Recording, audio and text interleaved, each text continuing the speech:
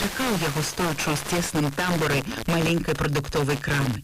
Бабулькі, што заходзілі і выходзілі, пужліва касіліся на ягонае чорнае паліто. Было душна і брыдка ад зборышча людзей. Але разам з тым так было больш бяспечна. Зінач, пакутліва каляючыся, аціраючы пот, трываў.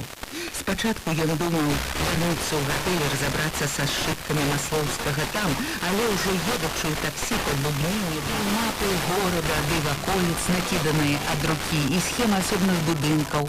Усё, наколькі мог зразумець Зініч, зводзілася выключна да пошукаў адной адзінай рэліквіі.